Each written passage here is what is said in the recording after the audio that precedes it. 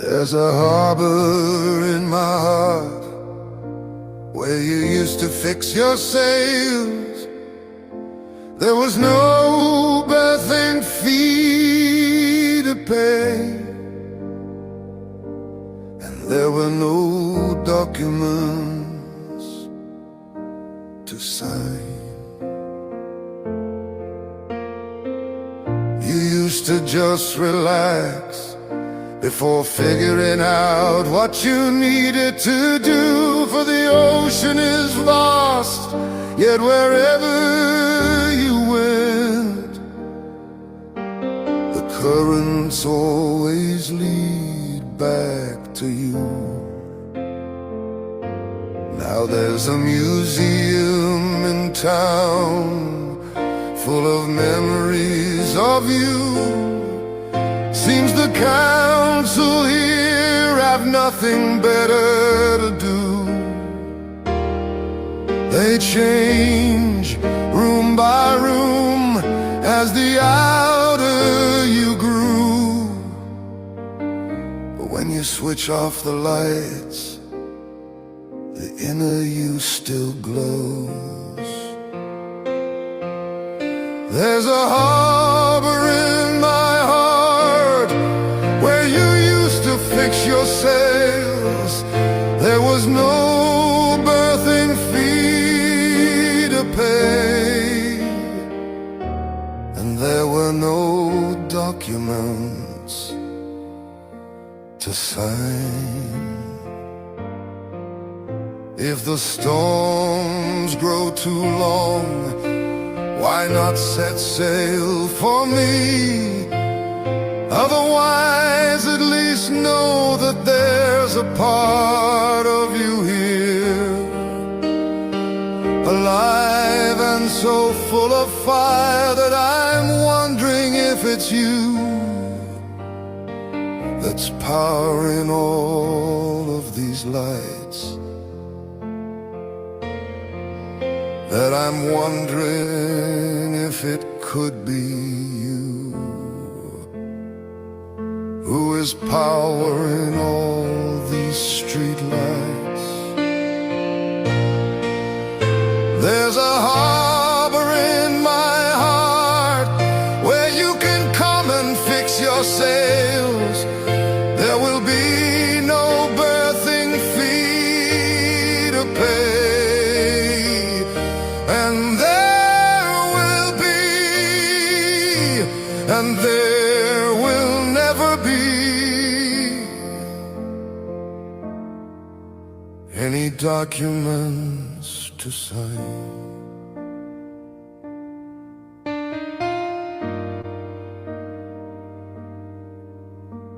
Evening, Brad. Okay, that's a song to the people we've lost along the way. Now, before I bring in our Thursday night guest, and he comes on every second Thursday, I just want to let you know the risk, because we live in a world now where if you speak out, you can draw the attention of those above you. And so Lindsay, as this psychologist, and we tread very carefully, is extraordinarily brave and risking a lot to be here and share his views and thoughts with us. So I'd like you to know that, maybe share the word of what he's doing, because at the moment, I think in Australia, he's the only one who's doing it. And I really admire his courage for it. This Thursday show is literally one of my favorite shows that we're coming on. Tonight, we're going to talk not just about Bondi, but other things to do with that. So let's bring on the grab band. How you doing? I'm more than humbled and embarrassed by that introduction. But no, it's true. It's true. I think people don't realize they take things for granted, but it is. You know what I mean? It's much easier to stay silent. I think there's a degree of, I hope there's a degree of disbelief in the average person that just expressing an opinion which is out of sync with what the powers that be deem to be the mainstream narrative or the consensus view, I think average people don't have any real idea that that's a dangerous thing to do. No. And I mean, it's unlikely I'll go to jail if I speak intemperately. but I could lose Mm. my income, and that would have Yeah. a significant impact on my life. Devastating. Yeah. So, but I do this out of respect and admiration for you, out of love for our audience, Yeah. and as an act of public service. From the very beginning, we've talked about these conversations as being like the proselytizing campfire in the wilderness. That's Yep. why the loose Yeah, theme we're of this is chatting. campfire chats. And the whole idea is to build a cheery fire in the dark, deep wilderness and just sit around it, enjoying the fire and maintaining a pleasant activity around the fire. And people wandering in the wilderness may be attracted by it. And they may come and say, "You people seem to be having a great time. You seem to be pretty well balanced. How do we join?" And we say, "Take a seat." The only thing you can't do is stuff that's hateful or violent, or things that you would not done to you. Yeah, So exactly right. You're probably way too young to remember Dave Clark 5, I think it was. "I'm just a soul whose intentions are good. Oh Lord, please don't let me be misunderstood." I do remember that, actually. Yeah, I do remember that. Okay. So shout out to Helen. I'm back in white tonight. I'm the disembodied head against the white background. That's because I wanted to wear the Be Free T-shirt, and so far I've only acquired a white one. So, all the B3 in the bus is just flying out the thing. I think we've got some bands here that we just got today because people, we've been giving the bands, like we only had a few left ourselves, and we've been giving them to people. So we're out of them at the moment. So people really like it, which is great. Oh, thanks, Jen. So we're going to we'll put another order in January and beef up our Be Free gear. I think the bands are good because they're just subtle. It's just like a little secret code thing. You know what I mean? There's, I'll just see. Just look pretty for a bit. Okay. Yep. I'm just doing my song and dance for you, Michael. This shows you do have to be crazy to be a psychologist. We've got them again. Be Free. Yep. And I like wearing it. This came from Margie McKenzie, but I like it because it's like a code. We know what it means. And the other side are going, "What's that? A hornet?" And that, well, they don't even care. So it's like it's sort of a version of the Christian fish, if you will, just like a secret code of finding each other. Now listen, I can't let much more time go without, and I don't know whether I'm the only person in Australia who doesn't know what's happened to Michael's nose. Oh, Florence. Oh, Florence bit you. We said yesterday we drove out to Lightning Ridge and then to Grawin, which is this opal community, and we did it was amazing. But she's 1987, so she's bouncing, and there was this strange sound. And so I was talking to Bill Lober about what to do about the mechanic. And it's just about getting under there, tightening everything up. But she's old, you got a thing, and then bang, and then she gets you one back, obviously. There you go. Good old Florence the bus is doing her best by you. But apart from that, she's amazing. She's come over the mountains today from Tenterfield to Casino. There was a range there. She tore over that. And so she's doing amazing at the moment. The solar's working. And people love her. We're in Tenterfield, and people are looking around the town going, "They're here, where are they?" And then they found us in a cafe. And it's really lovely. Not everybody. Most people don't wonder what the hell we're doing. But and someone in this caravan park came, "I've heard about you. They've been talking about you on 774." And I went, "They have?" And, and I said, "Anything good?" She goes, "Just the facts." I went, "Oh." Oh, you mean the facts that the fact checkers won't complain about? That's right. That's right. It sounds like you're heading up my way, Michael. Are we likely to have a we're heading down reunion sometime in the new year? We're in Lismore now, and we're leaving for Bellingen. There's a farmer there who lost his farm because Big Pharma kept spraying and just the spray kept going over his property. So we're going to see him because he was a third generation farmer. He had to leave it. And so we want to do him. And then down to Christmas, of course, we're having Christmas with Kelly's family, Kelly's children somewhere. I'm not sure where, but so we're heading down for that. And then across to Mum. So Flo she's got a long way to go before she sleeps. haven't you, Well, Flo? let's hope she's got a lot of miles left under her and a little bit less malice towards you, Michael. I know she likes me. But yeah, this is the 3rd-year apprenticeship, diesel mechanic apprenticeship injury, I think. But yeah, but I love her. It's Yeah, amazing. You come around the corner, you're in some town, and maybe the indifference really and the apathy really bugs me.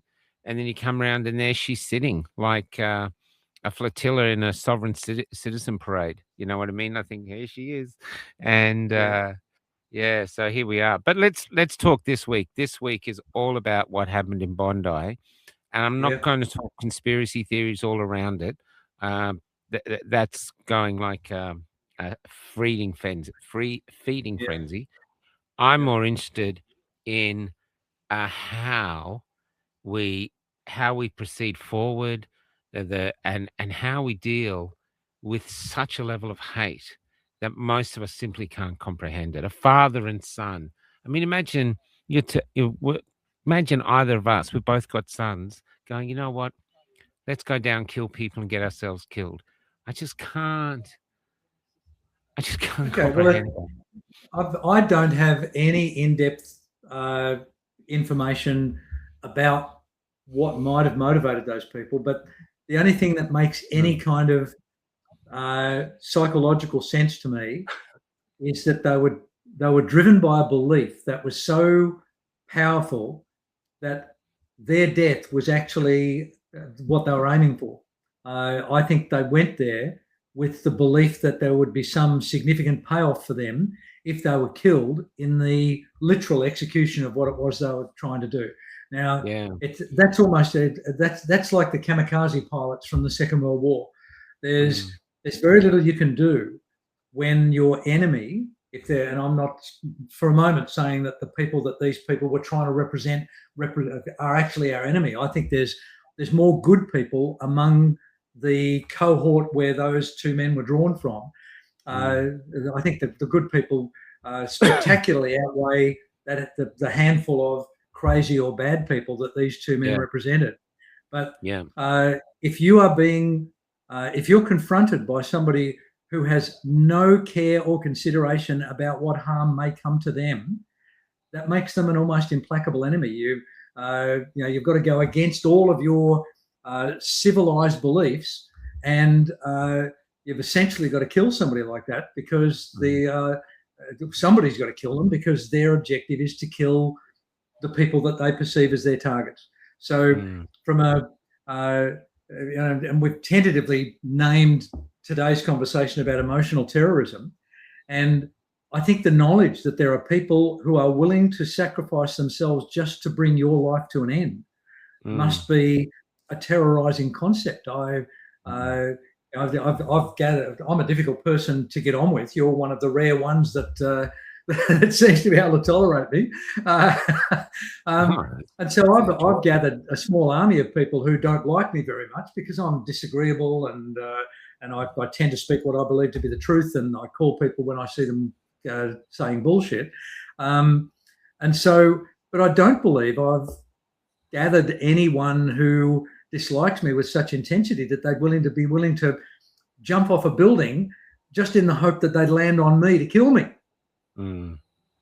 I mean, do you remember the Goodies used to be on back when ABC television used to be watchable? What I remember the Goodies. We used to race home from school to watch the Goodies. One of the sketches they had was the Falling Scotsman Brigade, and this was an elite group of the Scots Guards whose thing was they'd climb on tall buildings and leap off and try and land on the enemy. And the trouble is they never saw active service because they lost them all in practice.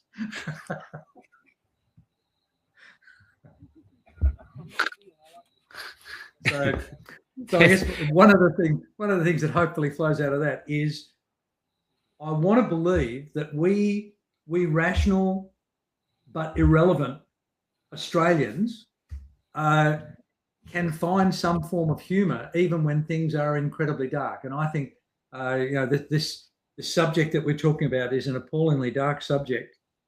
But as with all of these conversations, Michael, what I'm hoping you and I might be able to explore is how do we ordinary people How do the people who are grieving the lost loved ones in Bondi, how do their communities and their congregations, how do they get over this without becoming emotionally terrorized? You know, there's stories today of Jewish businesses closing down because they're fearful of the same thing. And, you know, whilst I don't necessarily advocate what I'm about to talk about, when 9/11 occurred and it was generally believed that it was a terrorist attack in an attempt to try and bring the West to its knees, I've kind of fallen out of love with that whole idea. But when that happened and the US was starting to talk about the way they were going to respond to it, my first reaction was, hang on a minute, if this is true, and if this group of terrorists were able to accumulate all of the money, all of the influence, all the expertise, and all the skill to be able to carry out these dreadful attacks, and as appalling as it was, they only killed a couple of thousand Americans. I mean, that's 300 million change. What I would have liked to have advocated back in those days was if people literally said to the terrorists, honestly, is that the best you can do? You know, this is your so-called finest hour. You've really done every conceivable thing you can, and it's terrible what you've done. But we are now going to try to insult you by taking it in our stride. We're going to grieve the dead. We are going to try and make sure that hideous people like you can't do what you did again, but we're not going to let it ruin our lives. But that's the exact opposite of what America did. They said, we need to become a totalitarian state. We need to bring in surveillance. We need to do all these. We need to remove freedoms from everyday Americans. Yeah. Just to try and ensure that someone doesn't do a sneak attack on us and kill a relatively small number of us. You know, the cost benefit analysis, I don't think was necessarily done back then, and you know, over 100,000 more Americans died in the pursuit of trying to defang terrorism. Good luck with that. You know, that's like trying to win the war against drugs. And over 1 million people in the Middle East died as a result of the ensuing fabulously expensive war. I think what I'd like we in the freedom community is to say, yeah, we're going to be deeply impacted by these hideous actions. We're going to be offended by it. We're going to feel a frisson of fear. We're going to wonder, are we at risk? And then we're going to realise, as you, I think, so rightly said before we came online, Michael, we're standing on a piece of rock that's hurtling through space at hundreds of thousands of miles an hour, and the only guarantee we have is that our tiny lives are one day going to end. So if we existentialise our own individual existences to that and realise, as important as our lives are to us, in 100 years, they're going to be as good as nothing. Yeah. You know, even the most famous people are still dead after they're gone. They might be written about in history books more than you and I, and we won't know until death whether there is something after death. I mean, I choose to believe that there probably is something after death. But if we live as if this life we're given is finite, that it can never be risk-free, and that our obligation is to have a rich, full and meaningful life in spite of the adversity. That's the campfire I want us to build in the wilderness, Michael. I want us to be, you know, I don't want us to be uncaring. I don't want us to be callous about hideous things like Bondi and 9/11 and the dreadful things that have unfolded in the world. But I want us to be practical and rational and reasonable, and I want us to still be able to love and laugh and enjoy and to have friends and to take risks, and then one day be grieved. That's the best we can hope for. And there seems to be some, and I think it's a growing desire to have all of the risk removed from life. Yes. You know, I think there are people who want to be, now just reminded myself of something I wanted to say to you last time we spoke. You gave the lovely analogy of the caged birds watching the uncaged birds fly around the outside. Now that's a very powerful analogy, and it's an analogy that would encourage somebody to want to not be a caged bird.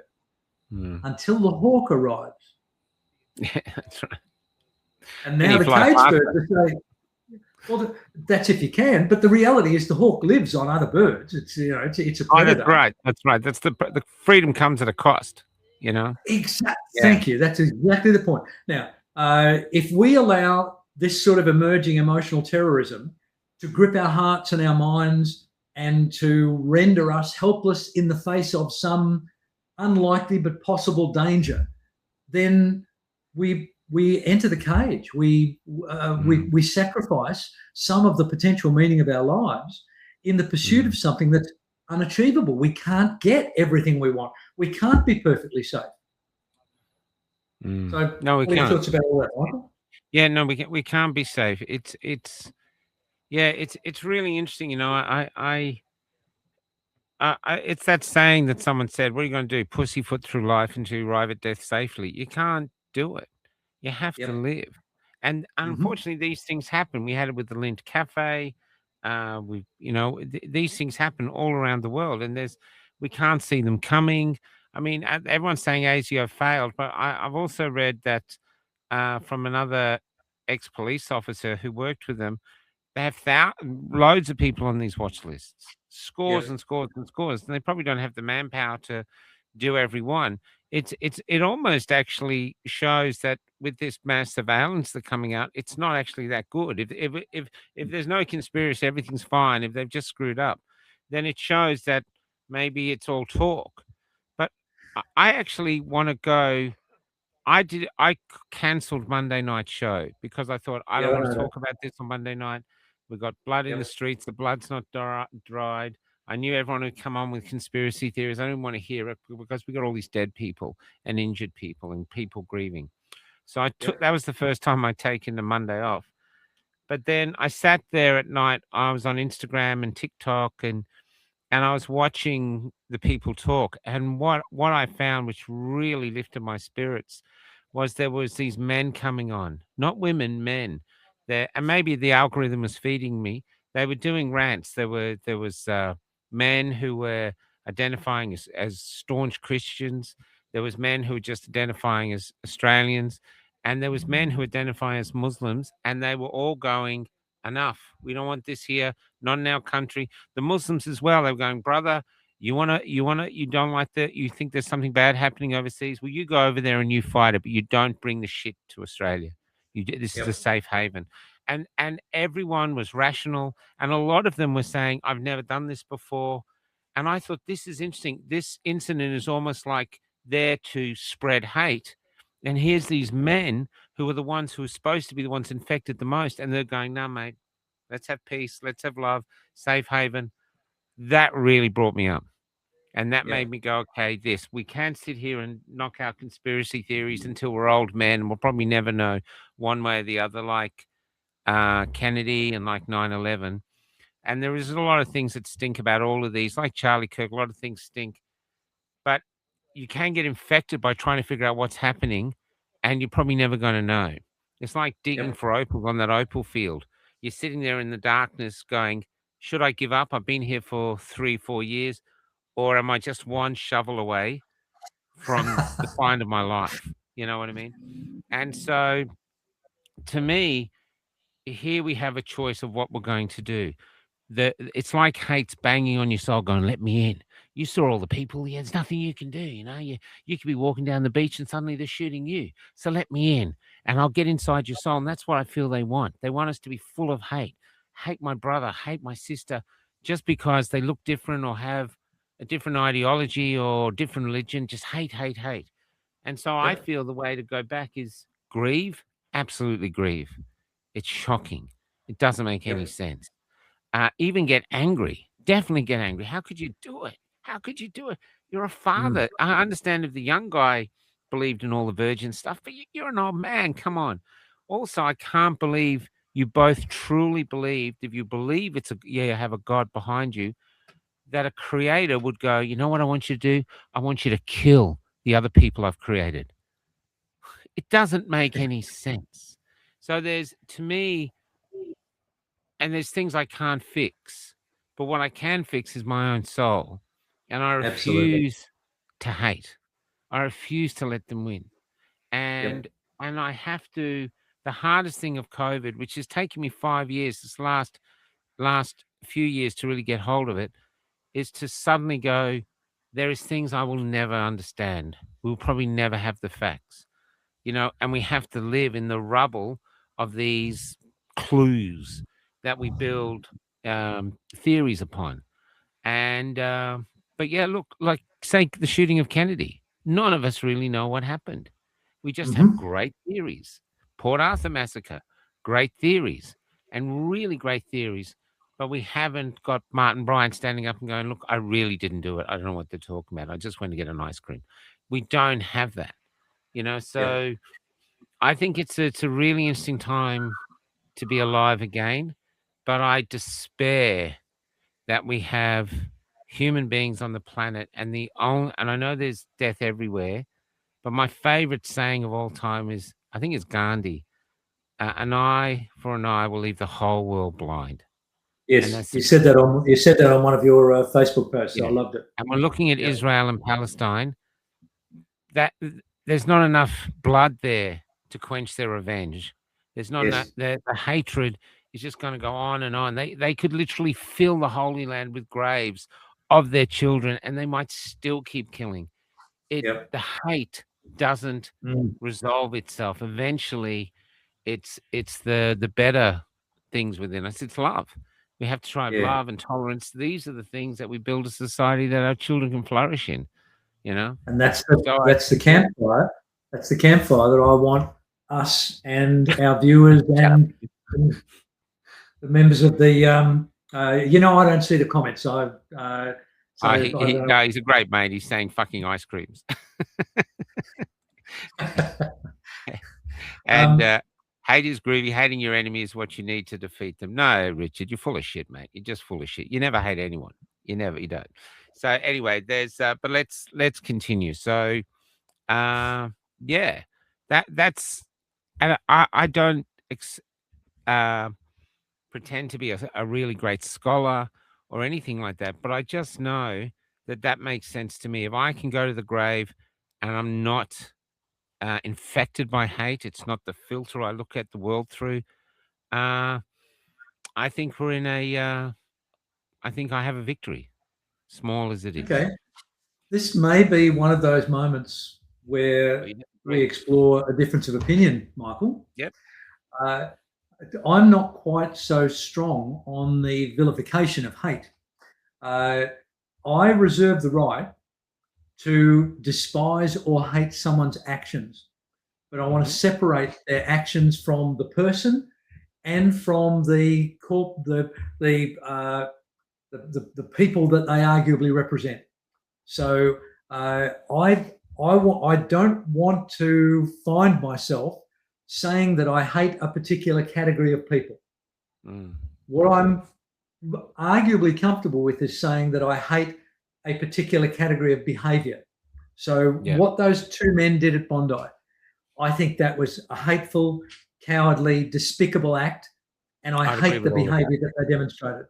Yeah. What I then quite consciously try to do is feel some, particularly from my perspective, from my professional perspective, I want to try to develop some kind of compassion or pity or even insight into what would drive somebody that insane, that whatever emotional energy was coursing through them could only be expiated through the murder of other people. And those people represent a tragic misunderstanding, because if the meaning of life is that you achieve some form of religious or emotional fulfillment by killing someone that you disagree with or don't like, then we wouldn't have survived this long. We wouldn't have got through the last 2 or 3 million years as a surviving species.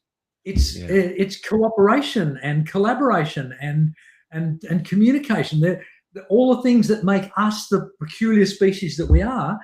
And killing each other is an aberration wished upon us by people with ugly motives. And so divide and conquer. It's theatre, divide and conquer. They want us to hate.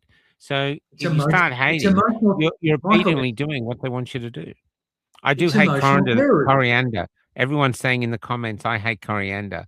And I have to admit, I do hate coriander. Well, I've never met coriander, so I don't know. I don't have an opinion on them. But I feel sorry for anyone whose name is coriander. So Yeah. I think coriander is a spice is it a spice or a herb? I've got no idea. But yeah, I don't have a lot of time for broccoli, but I don't hate it. Oh, I like broccoli. Anyway, but Yeah, going with this, but these are the things that they try to get us to do. It's quite clear now that somewhere someone is laughing, whether they were behind it, whether they're just like, say, even the government coming out, they want gun reform, and they're blaming us. They're going, "Oh, right wing extremists." This wasn't right wing extremists. No, this was some nut job Islamists. I'm sorry, yeah, but they were. They were saying Ali yeah, Akbar as they were shooting people.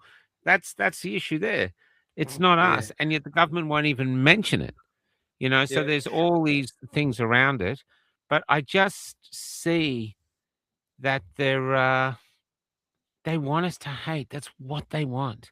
They want us Okay. to hate. And I'm just to show I think you, I'm can I just show you an example? I reached sure. a Yeah. town called Graves End, I think it was. I never heard of it. Tiny little one-horse Did you town, say Graves End. Great End or Gravesend? Graves End. Okay. So I met Graves End, and there's a woman there in the post office, and she's got a girl with her. I think she's like the NDSI carer for this girl, and this woman was just full of hate, just full of it. And she was going, "I'm telling all my kids, don't have kids. You can't bring kids into this world." I'm thinking, we've had world wars, we've had plagues, if those people had gone, "Oh, the plague, oh, I'm not going to have kids, this can't bring it," we wouldn't exist. The fact that we exist, even though people go, hate, like Richard goes, hate wrote history. Yeah, but love is the reason we survived. Because if we let the hate take over everything, we wouldn't be here. We'd be like the Klingons. We just would have wiped each other out. We Hmm. can't do it. And the first evidence of a civilization is that, I think I've told you before, is a healed bone. Yeah. Cavemen found a healed bone. They stayed with him for a few weeks. It's out of love. That's the first Yep. evidence of civilization. And these two work together. You Hmm. know what I mean? Yeah. Yep. So, can I give you a real life example of an experience I had in meeting hate? Sure. I bought a business from a guy many years ago, and in many ways, he did the wrong thing. And so I very openly told all of the people in that particular network that this guy had dudded me in a number of ways. Now, he was 20 years younger than me, very well qualified karate exponent. And one day he turned up at the business, and he was really hostile. The veins were bulging on his forehead, and and he said to me, "You've been telling people that I'm a crook." So he was looking for a fight. He was either looking for me to cower, and of course, I can't fight my way out of a paper bag. So, out of a wet paper bag at that. So, my response to this guy was to seek clarification. As you know, I prefer asking questions than other reactions. And so I said to him, "Are you angry at me calling you a crook, or the fact that you're a crook?" And it momentarily disarmed him. And he said, "Well, you've been telling people that I've stolen stuff." I said, "Well, this and this," and I gave him all the details, and he would not be placated. If he'd have had a gun, he would have shot me. And finally, I said to him, "Look, I've tried to reason with you and be understanding and calm, but you're not buying it. So we've reached the end of this conversation. You're much younger, much stronger, much better fighter than me. So if you need to do physical harm to me, this is your moment. My staff will ring the police and the ambulance, and we'll both get on our lives. You'll be in jail and I'll be in hospital, and nothing will have changed. But this is the moment. You choose your path. You either attack me now or you get lost." And to my amazement, he just walked away. Yeah. Now I'm not ascribing any courage or nobility into my actions. It was just I had nothing else that I could come up with because I'm not a fighter. And this guy was a fighting machine. He was a unit. So I offer that as a tiny example of when hate does find its way into your heart. One of the most sincere, disarming elements to it is a genuine attempt to understand where the hatred comes from. It's kind of customer service 101. If you've got an angry person in front of you, if you genuinely try to understand the source of their anger, there's a 99% chance that their anger will evaporate and some reason and meaning will come out of the conversation. So I want to believe that the community that you and I speak to are the different thinkers. I don't want us to be the ones that are looking for revenge or retribution. Even though, I mean, one of my favourite genres of movies is the retribution. Richard Bolsoncroft, yep. Hello, Richard. We've never met, but good to see you online, mate. Yeah, that's my favourite genre of movies, but it's because it's fantasy. It's because the old adage is when you seek revenge, ensure that you dig two graves, one for your enemy and one for yourself.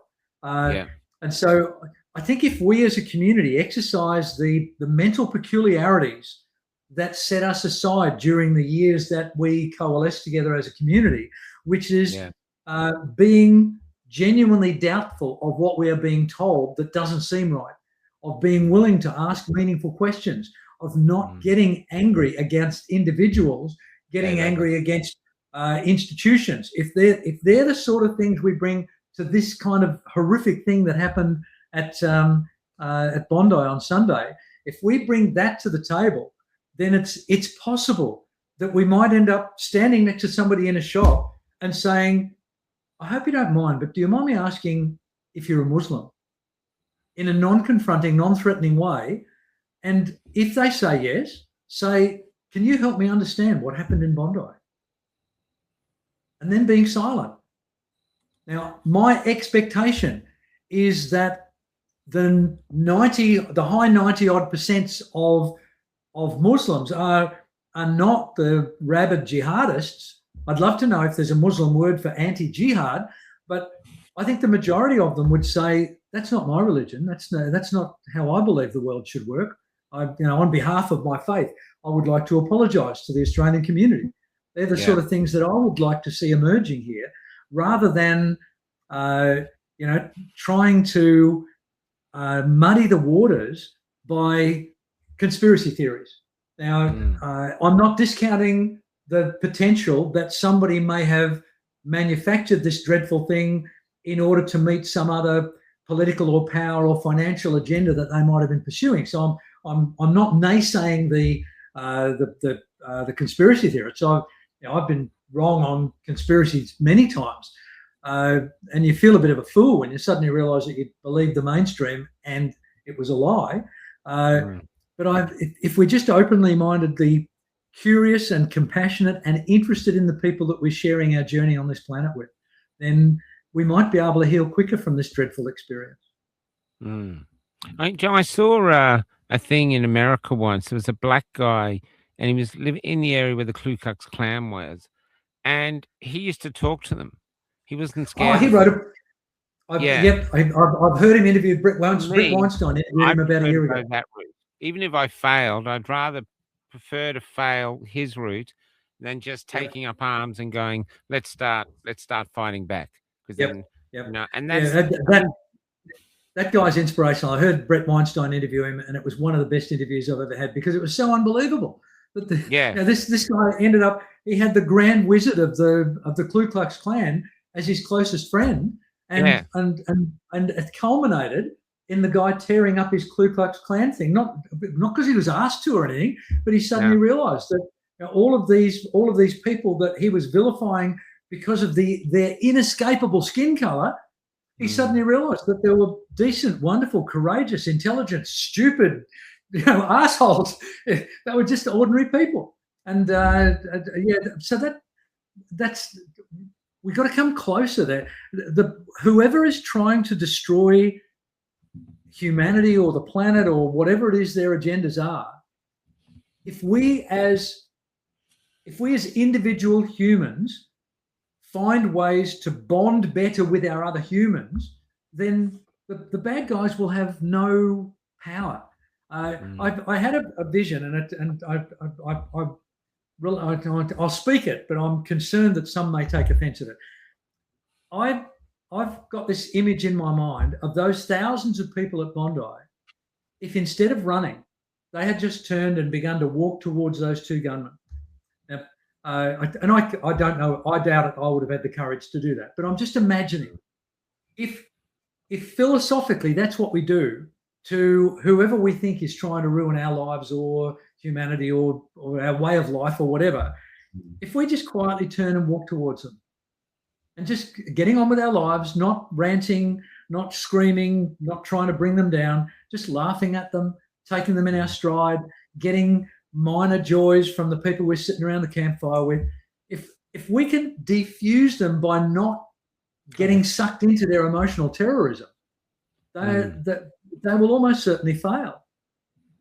Yeah, there's like, look, I haven't experienced the hate with someone. Well, there's probably people who want to kill me. I remember when I was in hospital, the trolls were just basically, I think, celebrating that they're already dancing on my grave. They were overjoyed. I was actually trying to understand them. It was really interesting. It was really difficult. I was trying to talk to them like that black guy did, and but it was really interesting. They were just, I don't know if they were bots. I think some of them were humans, but the humans, they just were infected with hate. They could not escape it. Even now and again, they tried to. I actually pitied them because I thought, how do you get through life? That's all you do. You just look at life through these hateful bars and broken bits of glass in your eyes, looking through life. And this is not my path. I'm not telling everyone to do what I'm doing. This is just me. You know what I mean? There's been so many incidents happening just to me personally and then externally with the whole world. So I could have already given in and just been crippled by hate, unable to think anyway, hating someone just because they're black or they're Asian or they're Muslim and just hate them. And I've heard that all my life. Jews are another one. You hear people go, I hate the Jews. I mean, I've never met one and never talked to one, or they've got a Jew sitting next to them they don't even know. There's two levels of hate. There's one that people say at the start from, they haven't really thought about it. But this level of hate, a father and a son, I can't comprehend the father. I just can't. And I probably never will be able to. I'd like to. I often watch. Yeah, sorry. I think I can get a sense of what it might be like. If I discovered that you had in some way viciously harmed my wife, Michael, I think I would discover my own capacity for hate, and I think I would happily meet my end trying to kill you. But that's incredibly personal and to some degree justifiable.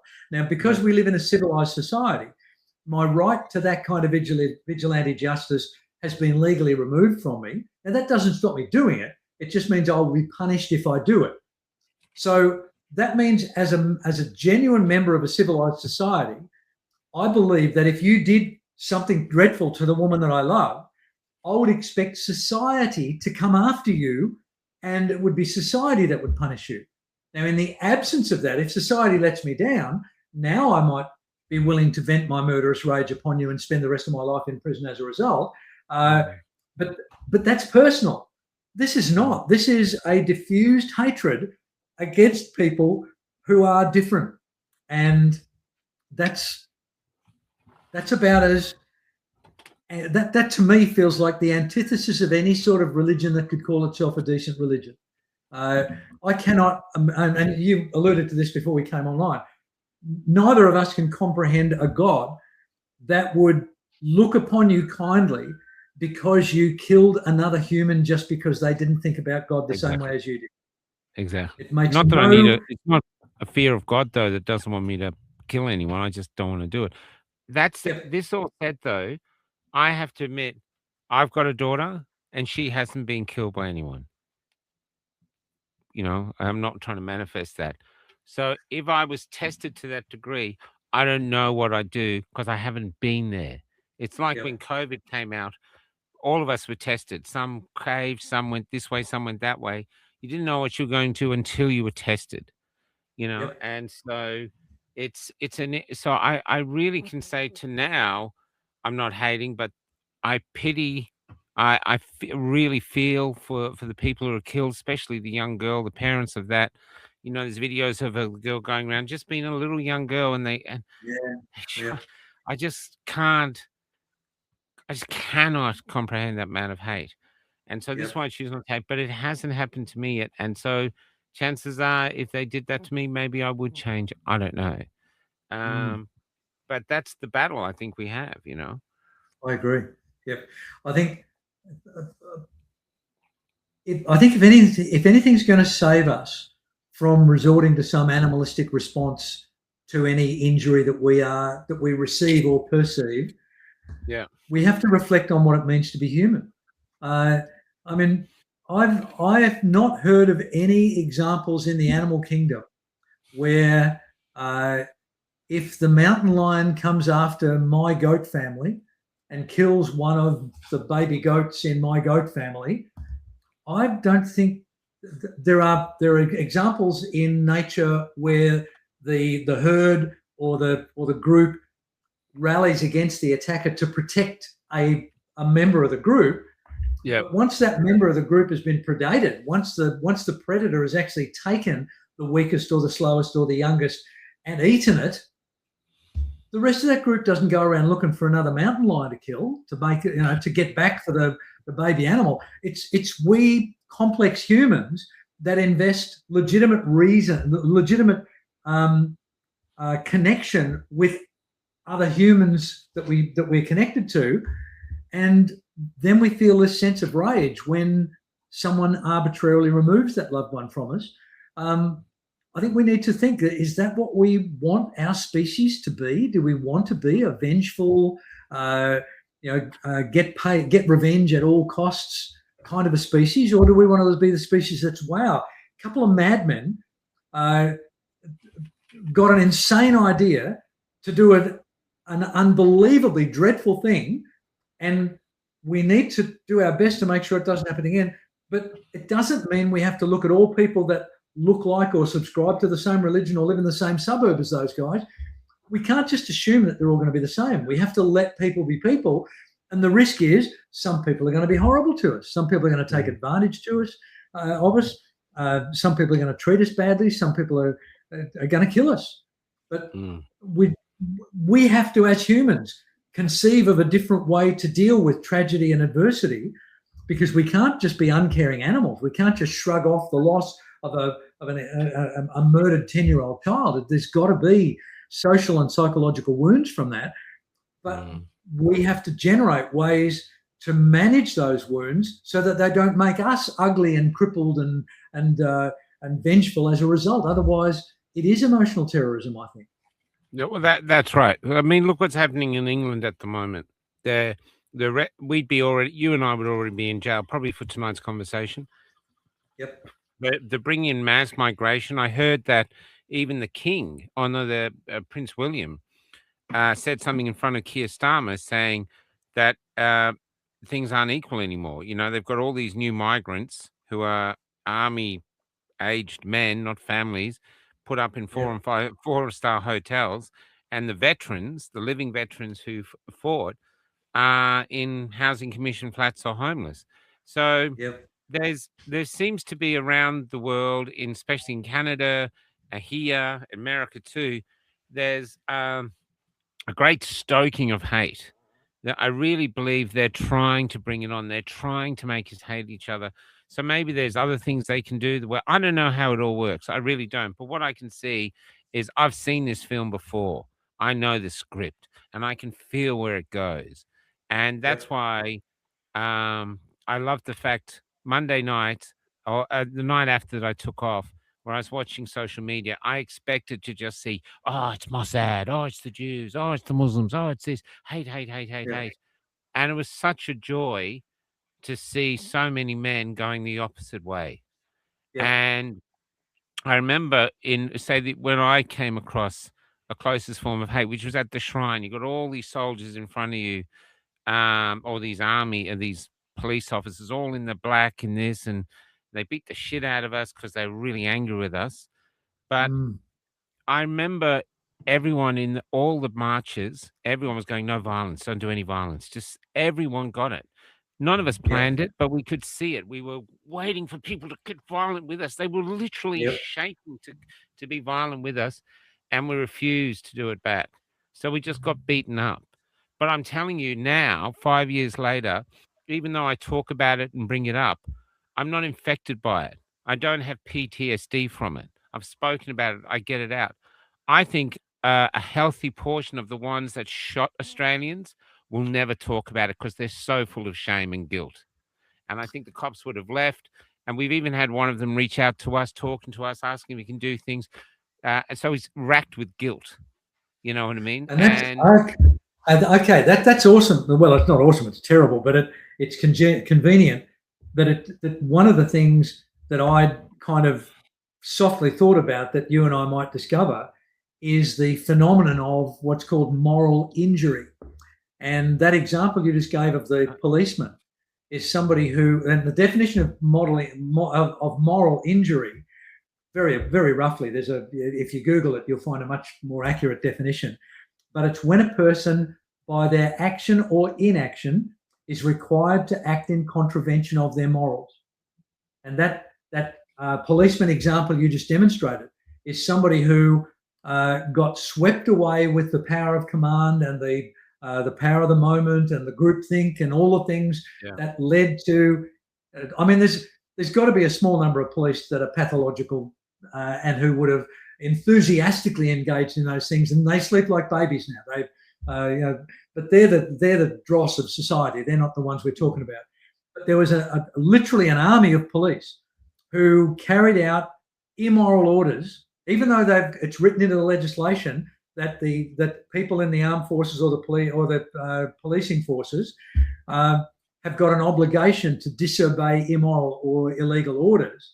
These people got carried away and did what they were told and momentarily thought was right. And now they've suffered this moral injury and they're carrying the scars of their action or inaction having been contrary to their values or their morals. And it's a terrible burden. And the fact that you've got an example of one of those police trying to expiate that moral burden by atoning through acts of service to the community that he so abused in his position as a police officer, they're the sort of people that we need to be welcoming to our campfire. I would much rather somebody make a terrible mistake and at some point realise they've made that terrible mistake and then go about the rest of their life trying to rectify it or atone for it or make sure they never do it again. That person's got my vote every time. I don't expect or want everyone to be right 100% of the time. But what we're seeing at the moment with the echo chambers and the siloing and the othering and the cancelling and the propaganda, what we're seeing is people having their own arguably incorrect views being consolidated and amplified, and all they've got left to do is double down on it. Now, those people are the sort of people that pick up a gun and try and kill somebody just because they're of a different religion. And so somehow our campfire needs to embrace the John Campbells of the world, where they realised mid-stride that they were marching in the wrong direction and they stumbled, and then they picked themselves up and started marching in a completely different direction, even though it cost them to do that. We need to be those people and find those people and embrace them. Yeah, well, that's a choice. I just want to bring up something here about hate. See, I think that was a rant, by the way, Michael. No, that's great, man. Helen Beaver. I haven't met one good Muslim. Well, Helen Beaver, you should get. You haven't met enough yet. Yeah, there's and because Brad here, I'm just plugging in my computer. Hold on. Brad in the next comment. Sorry, we're a bit late. We got here late setting it up and make sure my computer doesn't die. Okay, sorry about that. But Brad here. G'day, Brad. Mate, I live in Western Sydney. We all get along most of the time. I've worked in jobs. I've worked with Muslims. I actually always interested in talking to people from different religions, Hindus and everything. It's interesting to find out from different people's point of view. And another thing too is what I find interesting is one thing I get all the time is people come up to me and they go, "Oh, Michael, I love what you do, but you know your only problem? You haven't found Jesus. You've got to find Jesus." And now, so when I say things like, "I don't think we should hate," which is something that Jesus would say, people go, "Oh, wake up, wake up. You've got to find Jesus. You got to wake up." So no offense, what the fuck are you talking on about? Yeah. We have the man who is basically the architect of Western civilization, who told us not to hate each other. Don't throw Yeah. stone. This is it. Whoever's without Yep. sin cast the first stone. This isn't a whole religion that killed people at Bondi. This was two idiots, two Yep. effed up people that we can't understand. And if you think Yep. it's a whole religion, then congratulations. Those who are trying to divide us have won. They've conquered you. You're doing Yep. their bidding. There's no difference between you and the people that are doing the self-serve, destroying their kids' jobs and not standing up to the corporation going, no, put our kids back on the tills and give us some jobs. There's no difference. Yep. They're giving you a script and you're playing along and you think you have power, you don't. If you're hating because you've been told to hate, then that's it. You've got to think for yourself. They have images of this kid trying to hand out religious stuff in some street a few years ago, and now he's shooting people in the streets. There's something wrong with him. It's not normal for people just to go shoot people, and we're never going to understand it. And it's like I love one of my things I love watching, because I'm a script writer, is I love watching police detectives break down killers when they do the interviews. And you see these people, but never, ever do they actually come forward with the reason why I did it. Why did you kill your dad? Mhm. Oh, I don't know. They never actually give a confession that makes a lick of sense. Ever. Yeah. It doesn't make any sense. And that's I what we know, have but to live with. We Okay, have yeah, to that's- live that's- with the fact we don't know the answers. When people do things we can't comprehend, unfortunately, a lot of the time, you have to live with the fact you will never comprehend it. You just have to decide what you're going to do with the grief and the anger that comes from it. You're going to let it infect you, or you're just going to go, well, that's just a part of being alive. Yep. I don't know how many people will remember the phenomenon of the 1960s and 70s in the United States called busing. And it was an attempt to break the racial hatreds in the deep south of America, where they had enclaves of only white communities. Yeah. And they required the schools to take in students of color. And so they literally brought in busloads of students of color. And they needed the National Guard to protect these students. There were grown white women spitting at these children as they walked into what were previously white-only schools. And what that did for a brief period in American history was that it rendered the majority of the country colorblind, because this army of young black children went into these sanctified white communities, and the white people suddenly realized they're just people. There's a gorgeous little clip on YouTube of these two little boys, and they've gone to the hairdressers and got their hair cut exactly the same way. And the little boy is talking to his mum, who's taking the shot, and he said, "Bobby and I got our hair cut the same so people wouldn't be able to tell the difference. One of them was white and one of them was black." Yeah, that's right. It was just so gorgeous. They just had no idea that there was any difference between, and they thought getting their hair cut the same way would mean they'd look like twins. It was just so exquisite. And that's the reality. The only things that differ are our minds and our hearts. Our physiology, our skin color, all that sort of stuff is of no consequence. But when we start to kid ourselves that we know everything, that everything we know is right, and that everything we know is based on fact, which, by the way, is a fondly held belief of mine that populates most people's subconscious minds. I think most people operate without knowing it on the belief that they know everything they know is right, and everything they know is fact. If we can break that nexus, then a degree of humility will start to creep into us as a species. Yeah. And instead of killing you because you disagree with me, I will embrace you to learn what you know differently to me, because one of us has got to be wrong. And if I have to prove I'm right by killing you, what does that say about the depth of commitment I've got on my beliefs? Yeah. If I, Yeah, 100%. I honestly believe. Okay. Sorry. No, go ahead. As in my very early 20s, I joined the Junior Chamber of Commerce and became a debater. And the thing that messed with my head as a debater was that you didn't get to choose which side of the argument you debated. It was arbitrarily given to you. So, for example, they'd say the subject is the death penalty and you've got to argue for it and you've got to argue against it. And it doesn't matter what you actually feel. You've got to develop an argument to try and win, even if you disagree with it. Now, I want people to stop having arguments, to say to people they disagree with, let me tell you what I understand about your side of the argument. And you tell me where I've got it wrong. Because if I've got it right, you're an idiot. And I don't think you're an idiot. So that means I don't understand. So here's what I understand about your argument, A, B, and C. And you go, whoa, you didn't think, did it occur to you to think of F, G, and H? What's F, G, and H? Now I've learned something and I may change my belief. But it's this rigid fanaticism that resulted in this dreadful thing on Sunday. What allows the powers that be to divide and conquer and to use emotional terrorism to keep us docile. It's just, it's awful. I want us to change. Can I tell you, a lot of people say, I had Adrian from up north, I can't remember his second name. He's the one that started, anyway, he was on the council up there. And he's he's very popular in the movement. And he said, we don't have a vision. We don't have a vision.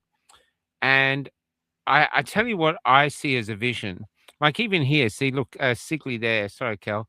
You bloody fools. It's not even two gunmen, Muslim against some bad Jews, making look that way. I love Jews. Anyway, I'm good to.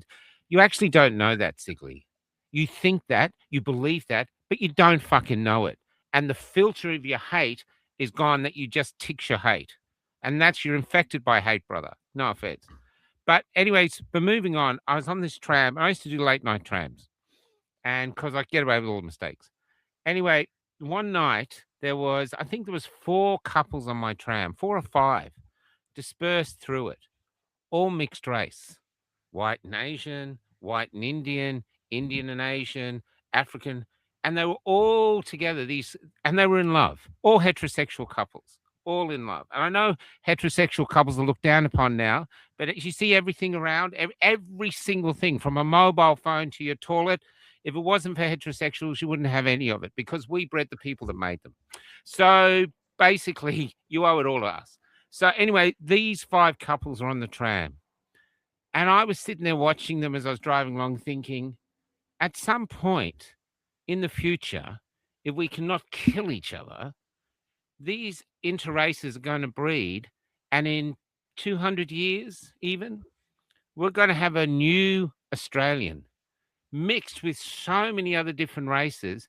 They'll be super strong because they'll take all the great things. I used to joke, I used to say, evolutionary imperative. They'll have the mathematical genius of a Chinese Asian culture. You know what I mean? Yeah.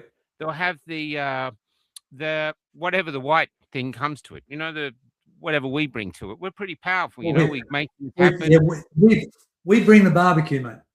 Yeah. He'd have the strength and maybe the slong of an African guy. Wouldn't we all like that? You know what I mean? This is a really thing we can sell to the world. But I'm laughing and joking, and maybe he's got the demeanor of an Indian. No, he's very polite, gets on with everybody. Who knows? But the thing is, it's all these qualities coming together, and that's in our future. And you could see that. And I was thinking, if these people can be left alone, they don't want to kill each other. They want to make families. They want to create. They want to build. There's only a certain percentage of us who want to burn the world down. Unfortunately, they've got access to weapons and stuff like this. And there's other nefarious things going on, which we can't control. But in the little bit we can control, and this is what I go on about, in the bit we can control, we have one choice. Do we go to the grave broken and bitter? Or do we go, F you, man, I got through. Whatever you hated me, I don't care how much you hated me. And I've never had as much hate at me as the last 5 years. I'm from the trolls. Unprecedented. It's just mind-blowing hate, you know? Wow. And they come up to me and they say, "You're always spreading hate." Someone said it just today. "How can you say that? All you do is spread hate." I said, "Can you please give me an example?" Of course, I never Good heard for back. you. You Yeah. know, I just want an example and I'll deal with it. But Yep. they can't. One guy at the hospital, I remember he came in and said, "You've been hating on these and this." I said, "Well, give me an example." And then he came back and goes, "You must have taken them all down." I said, "Oh yeah, I probably did that when I was having the heart operation because I had nothing to do but go through my Facebook thing and take all the hate things down while I'm having my heart ripped out of my chest." So it's madness. It's madness. And you're capable as a human being of going to the tell me if this try. See, there's a line between us here, between our squares. Now say that's neutral. And if you come my way, you go to hate, which has no end. You can hate right the way until basically you're genociding a population or even further or burning the whole world down. There's no end to hate. And the other way is going to love. Now, I think most people go back and bid and forth. That sometimes they get up, they hate the this and they hate the red lights and stuff like that. I've had that. And other times they're more loving, they got a day off, things are going good. That's where we are. But some of us go down the journey of hate, down that hole. And I think the further you go down, the harder it is to get back. But it's a choice. It's a choice. And I know it's a choice because I remember watching this father in America. His daughter had been killed. And I was watching on this YouTube video, and they were astonished because he got up in court. He got to talk to the killer. And the killer did it for no reason. It was just a thrill kill. Yeah. Yep. And he forgave him. And I was so interested. How could he do it? But he said, "I'm not taking your hate with me. You've locked Yep. my daughter. I'm taking the grief. I'm taking this, but I'm not taking your hate. You have to Yep. answer to God for that."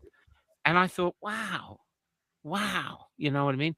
So to me, that's my choice as a human being living this miraculous experience. That's the way I'm deciding to go after everything I've been through. And I've got more than reason to hate the world, but I refuse. I feel privileged to be alive, regardless Can I of respond? Can I respond Yeah, to that, Michael? Okay. In many ways, I think you've nailed it. However, I think there is an important nuance when you talk about people's ability to choose which path they're going to go down. I genuinely believe that choice is an extremely difficult thing to do. Oh yeah, it is. Yeah, it is. I would really be very uncomfortable if we made it look like a trivial, easy. All you got to do is choose. I totally That's agree. like saying to the drug addict, all you've got to do is choose to stop using the drugs. Yeah, There is an element of rational sense to that, but yeah, that overlooks the fact that almost all of the things that we humans do are based on spontaneous subconscious programming.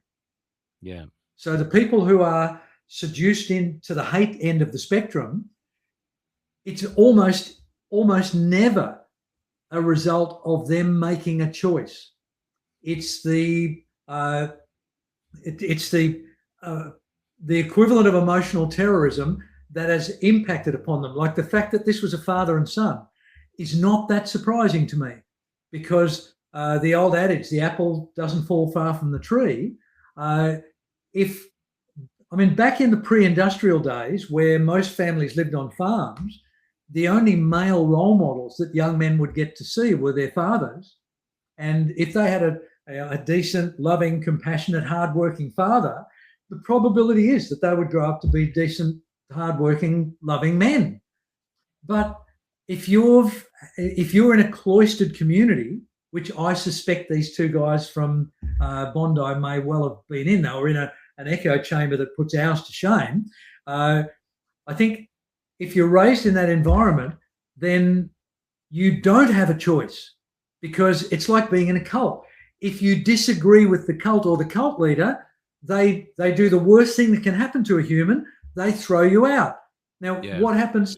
Almost every person who is who either leaves or is thrown out of a cult, for example, they suddenly realize there's a whole big wide world of people who will not judge them, who will not vilify them, who will accept them and employ them and marry them and live next door to them. And they think, wow, this is not what I saw on the shadow.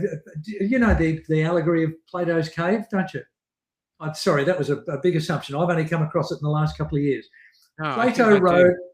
Yeah. Plato wrote in his one of his major works. Can I just see it's the same? That's about sitting in a cave and there is images being displayed on a wall from a fire or shadows or something, and they're seeing the world for that. It's the shadows of the people from the outside world that are visible inside the cave. And so the people who've only ever known the shadows on the wall, that's what they believe the outside world to be like, and they're fearful of them because they're unknown and amorphous and all the rest of it.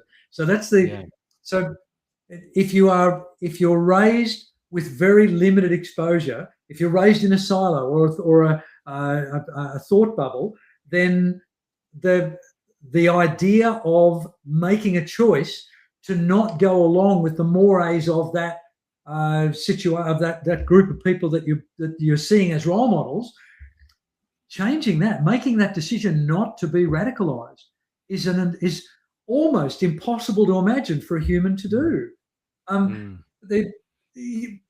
We've talked about the Ash experiments and the Milgram experiments and the Stanford prison and those sort of things. The group pressure is an anthropological phenomenon. Cavemen survived because they went along with the group pressure. Pressure. If you decided not to go and hunt wildebeest today, then the group pressure would see you ostracized from the group and you were a dead caveman. Yeah. So this is hardwired into all of our brains. And so I honestly believe that this metaphor that you and I are hopefully presenting of making rational thought and inviting people to make intentional decisions and being self-deterministic rather than being programmed by their environment.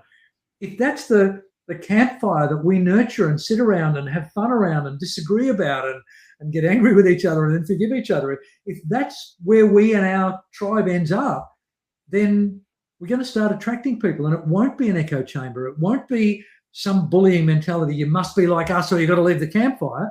It's going to be, wow, you've got a different set of views here. Let's see what those views feel like. Yeah. That's what I'm hoping for. Well, let's say another way. What I said about that vision of the lovers on the trams that could have led to a new Australian. The other example we have is there's a lot of ancient cultures, like, say, Rwanda or some of the African countries, because there's been it's not Rwanda, what's the Congo? You know, these are ancient cultures, and they're still killing each other. And I look at Israel and say Palestine or this. I sometimes think, could you actually, would it be possible to go back to the first killing? Was it one child was killed? So they killed their child and they killed their child. It goes back and forth, back and forth, back and forth. It's, to me, we're a new country. We're a few hundred years old, you know, and there's been all different races coming here. And there's new races coming now. We are a melting pot of the world at the moment. Some people don't like it, multicultures, and they hate it, whatever. But this is what we are. And we have a choice now of going, okay, you know, these guys have come and they've killed us, so let's go kill them. And then their brothers will go, oh, well, let's kill, and then bang, bang, bang. And how does that end? How does it end? Show me a country where that's resolved into being a place where people want to go, people want to live. Mm-hmm. I think leaving something to our kids is finding a way to live despite our differences. To coexist. Yeah, you know, I've worked with Muslims in various things all my life. I've never had a Muslim shove his religion down my throat. I've never had one trying to convert me, but I've had Jehovah's at my door. I've had Mormons at my door. I've had other people, like I said, in the street who just constantly this. It's annoying. You know, they're pushing it down my throat. So I'm not saying anything is bad, but I'm saying, I don't know what I'm saying, but I'm saying I just feel we have a choice as a community.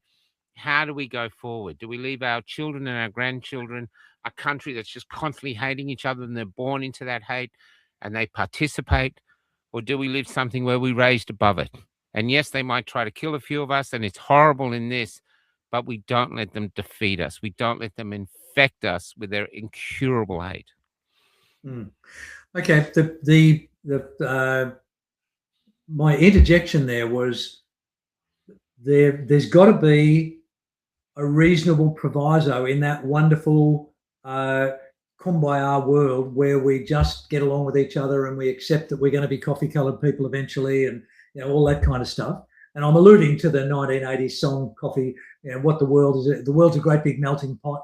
I don't know whether you remember that song, but the only reservation I have about it is that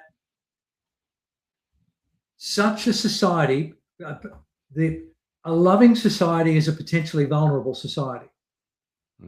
That there has to be, and this is one of the things I like about Jordan Peterson. His argument is that a weak person is not a strong person. Sorry, a weak person is not a good person. A weak person is a helpless person. That means they have to be good. A good person is a person who is not weak and who can defend themselves if necessary with force as a last resort.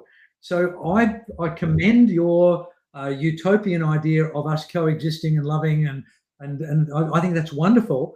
But we've also got to be able to protect ourselves if someone wants to come in and take us by force and make us all speak their language and wear their clothing and whatever thing they're trying to. The John Wayne attitude towards homosexuality, were really, I loved it years ago, was he said, "I don't care what they do as long as they don't make it compulsory."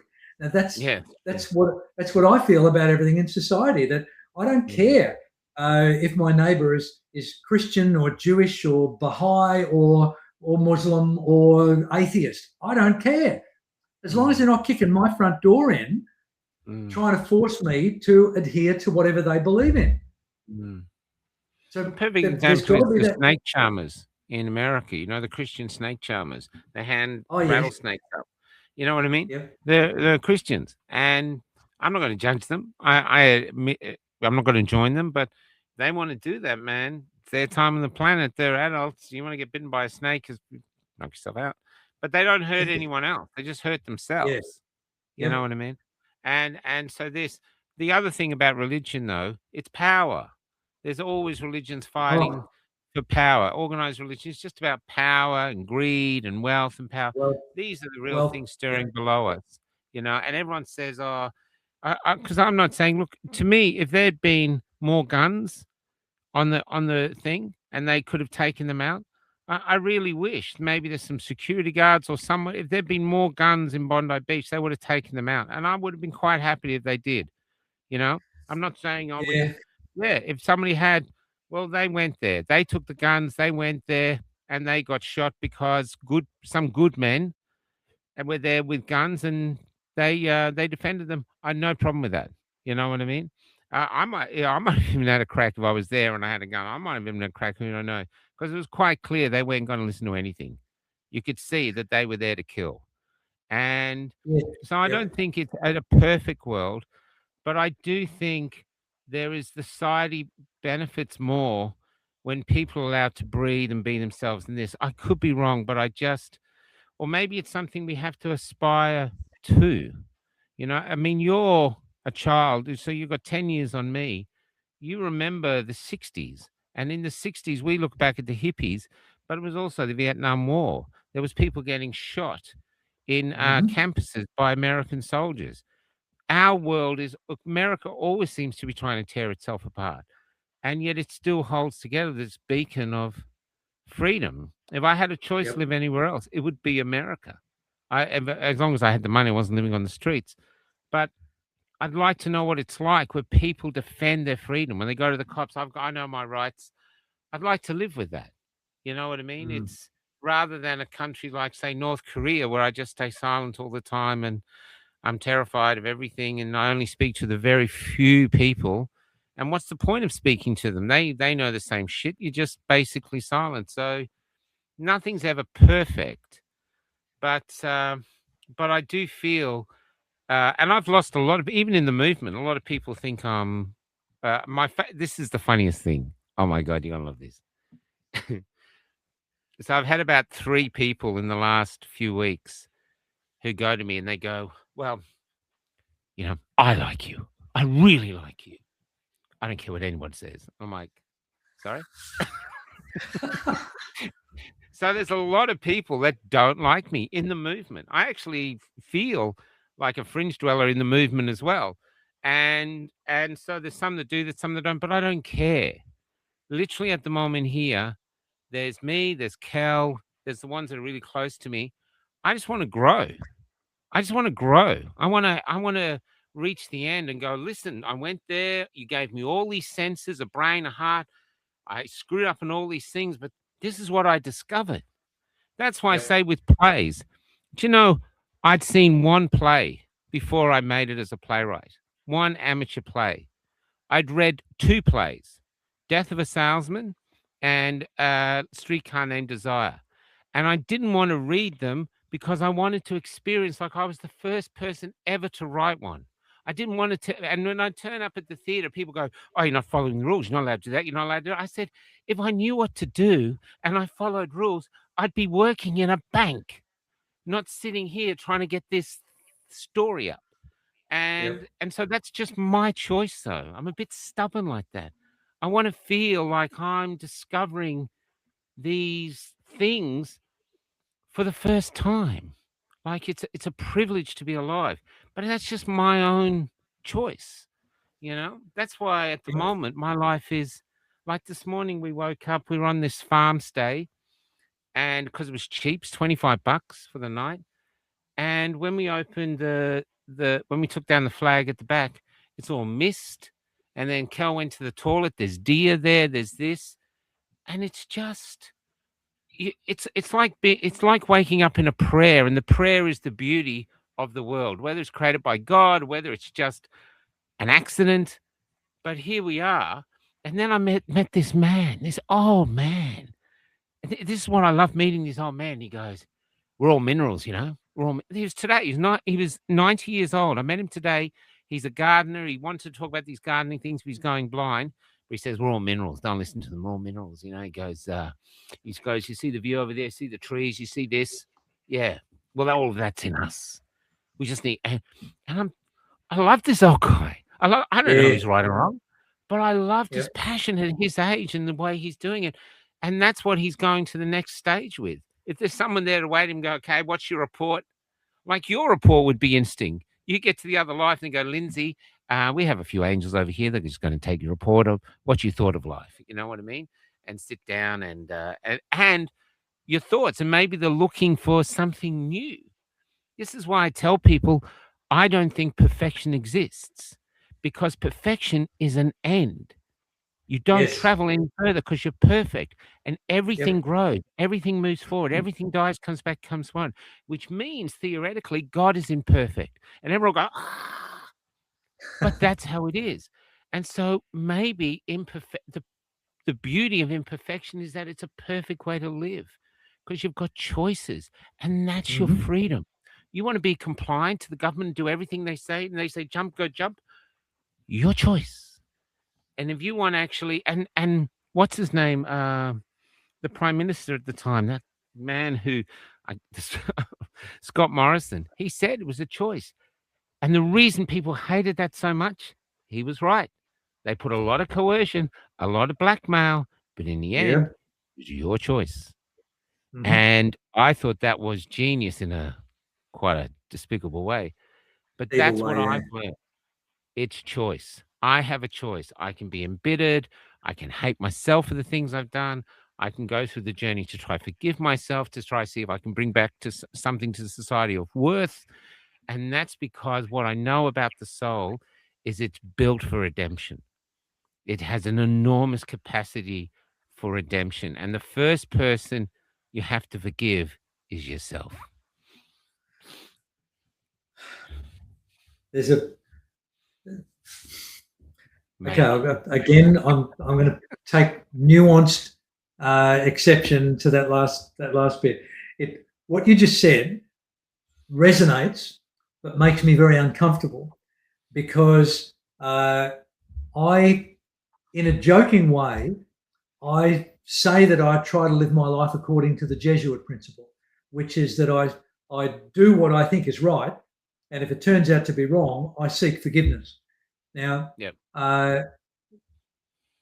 that's okay as long as you are doing your best to do the thing that you believe is the most right thing to do.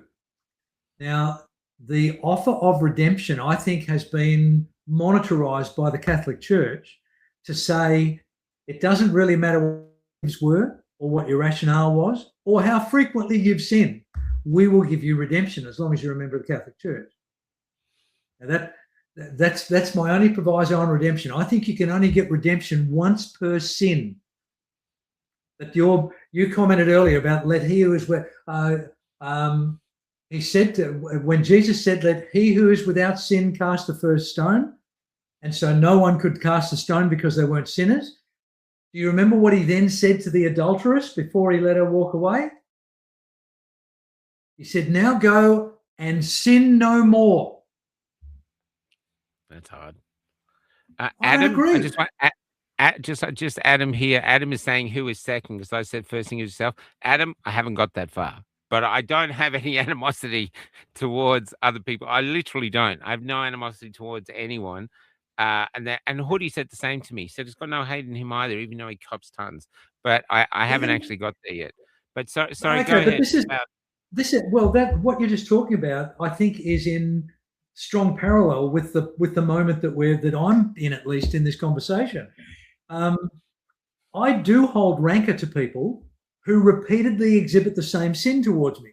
So if somebody is repeatedly lying to me, I will, the moment I realize they're lying to me. Now I'm an easy person to lie to because it's one of my philosophies is that I assume good intent in other people.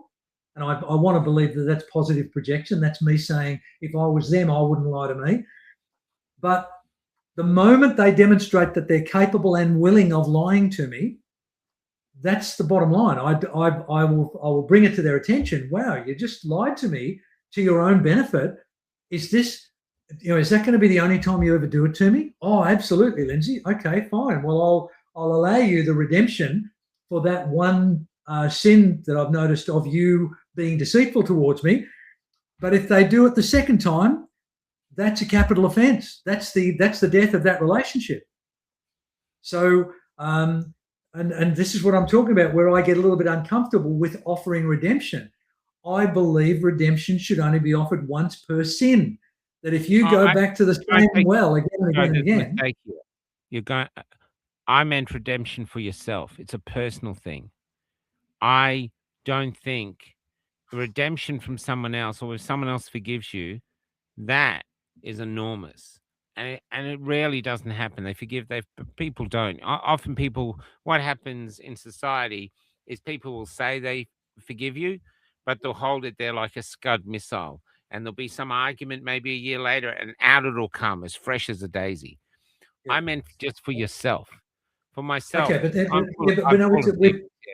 we're talking at odds here. You're talking about people carrying a grudge from a single misdemeanor. So if I've sinned against Michael in 2005, then here we are in 2025, and Michael still sits waiting for a job. Oh, don't forget what you did to me in 2005.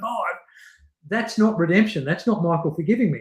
But if the thing that I did to Michael in 2005, if I do it again in 2006, and then again in 2008, and again in 2011, and I keep doing it, that makes Michael an idiot for continuing to. That makes Michael stupid and vulnerable.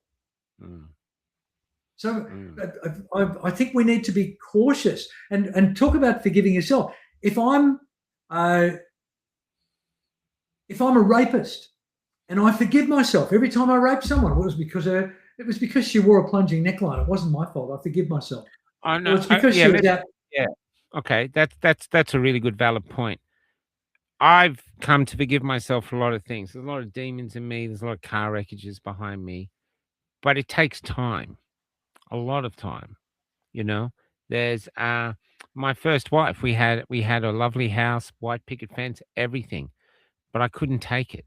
I wanted to be free. I didn't. I just didn't. It was like, okay, Michael, you can stay here now for the rest of your life, grow fat, and I couldn't do it. So I left her everything. But I remember one of the last times she saw me, she said she'd never been hurt so hard, and I have to live with that. you know, but it took a long time. I felt a lot of guilt for a long time, but the guilt suddenly it's like a payment plan. You suddenly reach some point, you're closing a gate or something, something happens, and you're going, okay, yep, you've moved on. I'm sorry, I did it, And there's And that, but other that was a demons in one. you too. But that was a I know singular my transgression, Michael. no, it's not. Michael, that was no, that example you're giving, I would categorize as you unwittingly committing an ongoing sin of betraying your own nature and your character and Mm, trying to sacrifice yourself for the sanctity of the marriage and the child and all yeah. those sort of things. But you eventually got to a realization. You suddenly had that realization, to use the vernacular of sin. You suddenly thought, oh my God, I'm living a sin or I'm living a lie. And then you did something about it.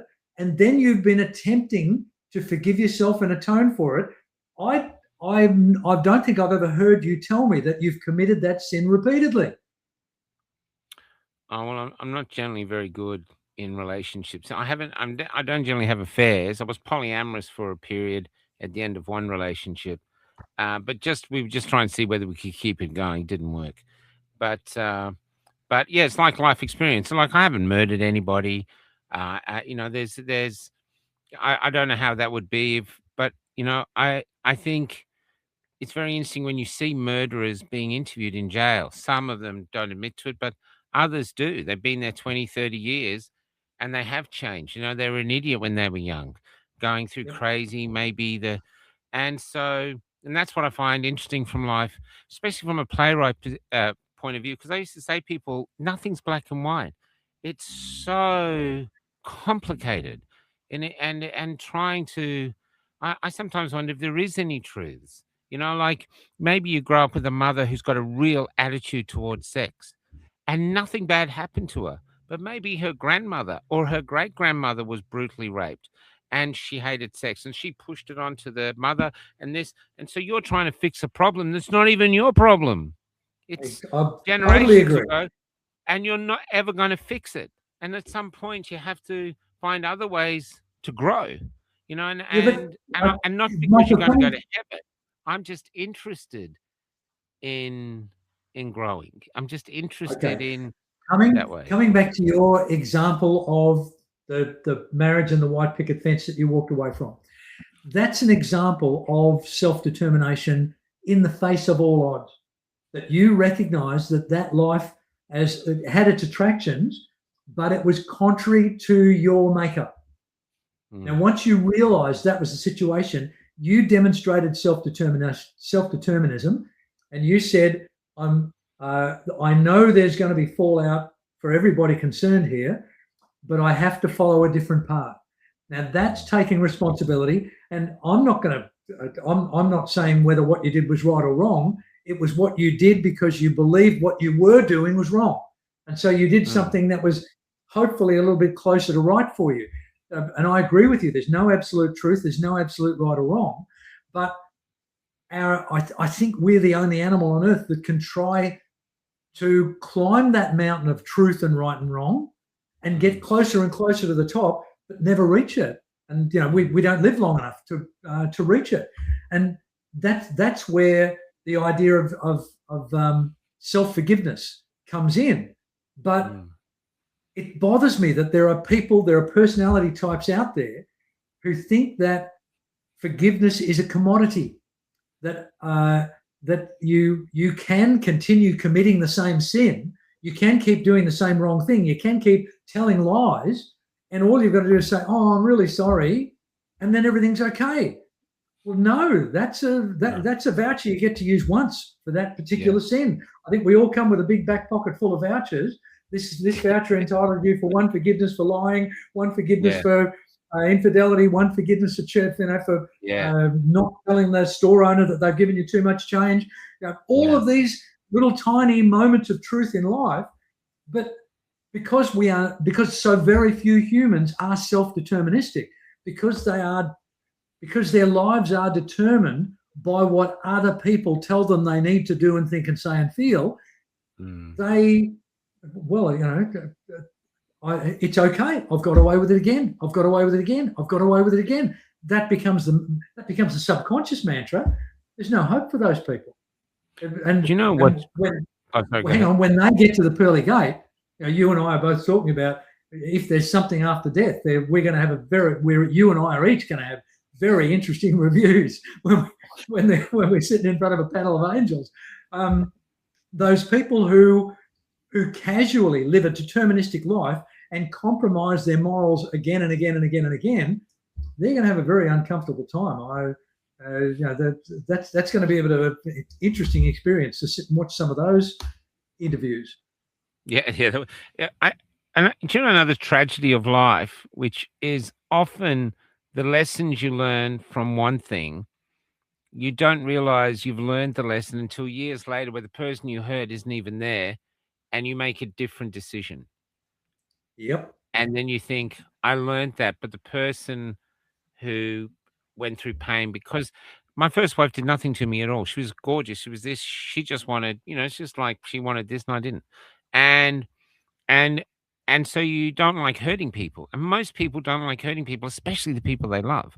This is why it's very hard to let go and move on, even though you have to do it. Um, and so it was really, it's times like that. I remember even this, I'll tell you something profound. Uh, it's when I don't know if I've told you this. When my son was born, so I had a grandfather that we have no photograph of. Now he was born to a single mother who kept him, and she married some other guy. This is very vague. We know hardly snippets, but she died of the consumption when he was 10. And according to my father, he was sent to live on a farm, basically like a farmhand come slave. He worked there for food. He Yeah. slept in the barn. Then he Yep. was sent to the slate mines, and then he was sent to World War One, and then he came back. And he came back as this alcoholic, and then he married my. There is a point to this. I just need a few minutes.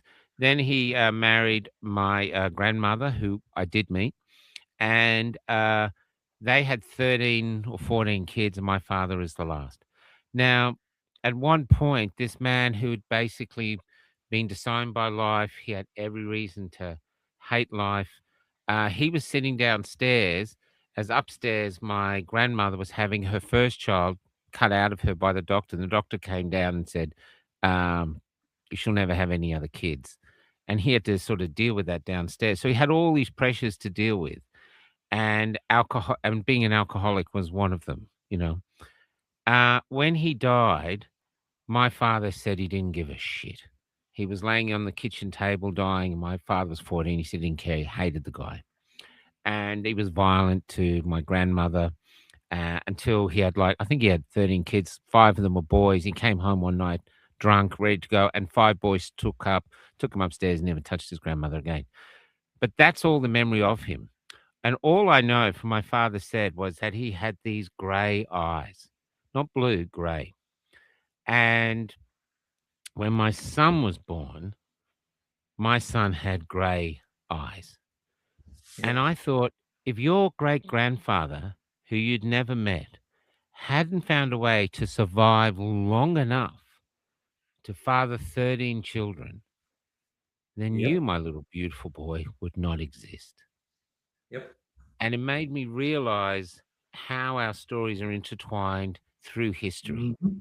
And Yep. that's all we know of, because we have no idea what came before him or his father, nothing.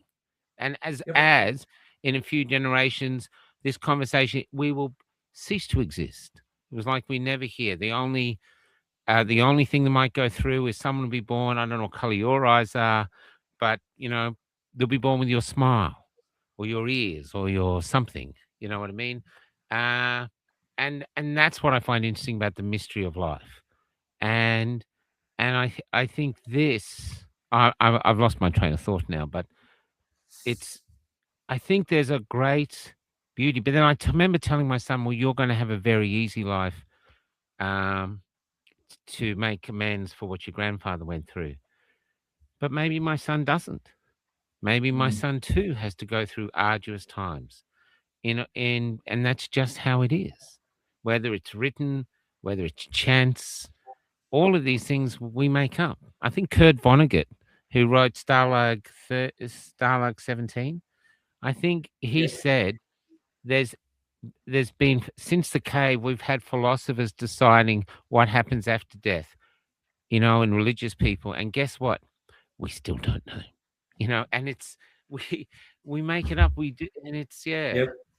And we and won't know until it won't know. comes out And we to. have to live in the don't know. You basically, as I've said before, I had a fear when I was young that I was a mushroom, kept in the dark and fed shit.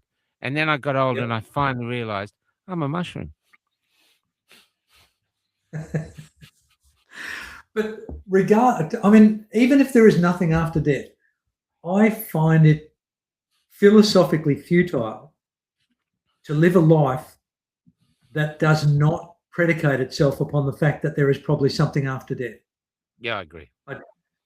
Because if I decide that my life is just my life, and that when I die, and then what benefit is there to me to be a decent human being? Why would I not just be some reptile who constantly takes advantage of people and steals what he can and gets away with what he can and lies? Because there's not going to be any post-death. All I've got to do, as long as I can avoid being caught in this existence, then wow, the cheetah has won. Yeah. And this is part of the evolution of religion, by the way, is humans desperately hoping that there is an umpire watching every move on the field of life, and it's only when we die that we get to get our demerit points. So it's a self-modifying and self-building strategy to invest in a belief that there is something beyond life. And do you think, though, that the belief in something after life, you can feel it and know it, just not with the nerve endings in your head? There's this strange sense. Like, I knew my daughter was coming. When she was born, I really felt like I'd met her before. And I can't explain those because I don't know where those nerve endings are in my body. They're certainly not in my head, but I felt it. I feel a lot of intuition. Like, even today, this is amazing. There's a pub.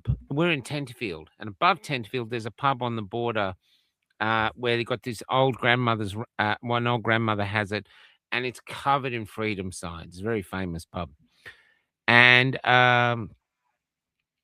the GPS said that way, and I said that way. I had a feeling it was this way, but I followed the GPS. I was supposed to come to Lismore, and instead I'm driving the complete opposite way, and then I drive past this pub. I'm like, oh my God, it's that pub. And went in, we had a great conversation we had together, and you really felt, wow, if I'd, it's just this strange synchronicity. It could have just been a coincidence, but I just happened to end up in the only pub that's covered in freedom signs in all of Australia. And so there's a big part of me now on this journey I am that could be completely delusional. I could be bonkers.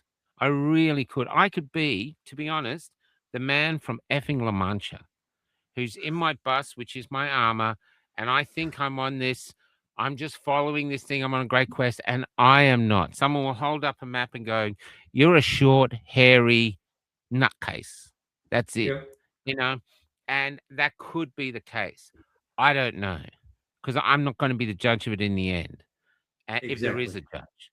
And so all I can do is decide to go, what path am I going to follow? And what I always come back to is the Robert Frost poem. I met two paths in the wood, two paths diverged in the wood, and I took the one less traveled, and that has made all the difference. And that has never been clearer to me than the choices we made during COVID. I agree. There's a bunch of stuff you've said there that I'm in very strong agreement with. I personally, Right, Paul. You should come on, Paul. I believe in intuition. I think that's a thing. I think there is more than just our nerve endings. I think there is some force, some vibration, some emanation. I've got no idea what it is. I want to attribute it to what we commonly call the soul. I think we've got a brain and emotions and a body, but I think there is the other thing, and that's what survives us after death. And I think even if you are the man of La Mancha, then I mean, he was a knight. He was pursuing a noble endeavor, even though he was insane. So he would, and I don't and I had the book, the Cervantes book, when I was a boy, and I managed to labour through it. It was very, very turgid prose. It was hard to read. Tough book. What'd you say? Yes, it's a tough read. But at the end of the day, he found his true love, Dulcinea, and at the end of it, he wasn't judged harshly because he was doing what he believed to be right. Now, the only thing that grown-up Lindsay now judges the Man of La Mancha on is his lack of rational evaluation of what he was doing. Surely after he tilted at the first windmill, a sane person would have gone, wow, that hurt, and it actually didn't seem to achieve anything. Let me stand back and review what I just did. And you would get the input of your manservant. Hey, Pancho, does this look like a giant to you, or does it look like a human? You would rationalize your way back into sanity. But Don Quixote didn't do that. He just stayed in his bubble of insanity. And that's one of the many things that you and I are constantly trying to get people to do, is question whether they're captured in a bubble of local insanity.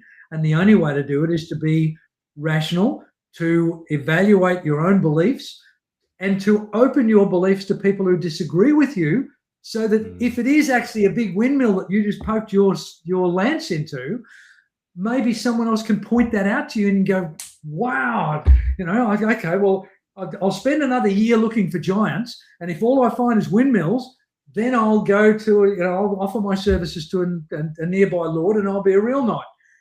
But people just keep tilting at windmills. It's stuck in story.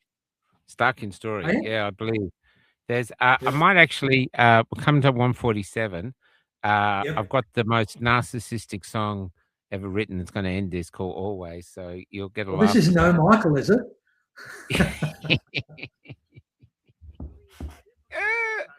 Anyway, but it's got to piss all the people that want me to hate. They're going to get pissed off by this fog. But can you take us out on what are your thoughts are of this week? And here we are in this space and time. We're all here in this country together. They're wanting us to hate. A lot of us are falling and doing it. They want us to live in fear, and I think we should continue this in the next time we meet, probably after Christmas, because I think this emotional terrorism is exactly what we're doing. And my thing is that the goal is, well, how do we remain human regardless of what they throw at us? But what about yourself, Lindsay? Okay, I guess if I was trying to encapsulate where I would like people to take this from my personal perspective and my professional perspective, I would like people to permit themselves to hate behaviour, but to try and understand and have compassion for the people that are mad enough to engage in hateful behaviour. To maybe ask there, but for the grace of God go I, that at least I wasn't raised in some sort of an insane bubble where I saw no way out rationally than to try and kill my way into heaven. And I mean, that's crazier than tilting at windmills. So, I'd like people to rationally evaluate what their emotions are trying to get them to do and feel, and see whether that matches with their values and their morals. If people just did a bit more of that, then we would be less prone to emotional terrorism. We would be far less malleable and cooperative with people that are trying to manipulate us for their own benefit and to our harm. But that takes effort and courage. Making a choice is one of the most difficult things that a human can do, and it's seductively easy to do the thing that your environment is whispering to you to do. So I hope that's a bit of an encapsulation, Michael. Thanks, Lindsay. Ali Proud, forgive them for they know not what they do. Beautiful. What would Jesus? That's magnificent. Yep. Yeah. Okay. This is the most narcissistic song, but I want to say, I feel so sorry for the people that have lost people at the shooting. To lose your Devastating. daughter like that, but to lose Devastating. family and friends, Yeah. it's such. I can't fathom how difficult position you must be in now, and Yeah. so yeah. So I'm not disrespecting them at all. I think it's a Yeah. profound loss. My only hope is that the country somehow flips to the better because of it, and doesn't. And just keep very, going. very briefly, one thing I did want to say, this is almost certainly the last time we'll meet publicly before Christmas. So I would like to recognise that this time of this Christian time of the year is a time of love and forgiveness and compassion and accepting. This is, celebrating the birth of the man who died, arguably, to meet the needs of our sins. If we can bring some of that genuinely Christian compassion and understanding, then I would hope we can all have the best Christmas we could have. And I'm really looking forward to catching up with you again. Same, brother. In the new year, mate. Okay. No worries. Okay. Take care, everybody. And I'll probably see you Saturday night, maybe with Richard Wollstonecroft. I think he's itching to get on. And he'd have a completely different view from us too. So it'd be interesting to hear. But we give a week to give grace before he offends too many people. But he's a brilliant man. Okay, this is always, it's going to stick in your head. And you're going to hate me because you're going to get that song out of my head. But here we go. This is called Always, but it's surely called Oh Michael. Lindsay, thank you, brother. Thank you for another fantastic show. Amazing. Thanks, guy. mate. See ya. Catch you later.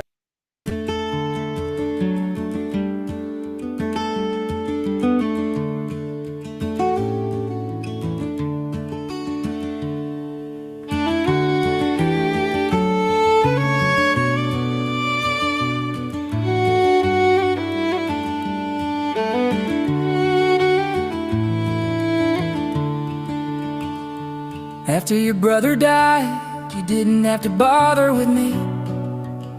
I'd fucked up again until every bridge should have been in flames. But as I was packing up what little remained, the phone rang and it was you. And although you never spoke the actual words, what you said to me was, Michael, always believe in love. Oh, Michael. Oh, Michael. I watched you walk down my streets together, you in the front of your man, lost in your boy. You're speaking a language of pausing across the road or sorting the shopping items each will carry home. And although you have never noticed me, I can hear you both whispering. And you are whispering to me, Michael. Oh, Michael. Oh, Michael. Oh, Michael. Always believe in love. You were singing on the stage with your sisters, dancing to some rainbow fairy tale. Your voices were all small and out of time. Still we pressed record and held up our candle phones, for despite the flames of our burning world, we could all hear the angels singing. Oh, Michael. Oh, Michael. Oh, Michael. Oh, Michael. Oh, Michael. Oh, Michael. Oh, Michael. Always believe in love.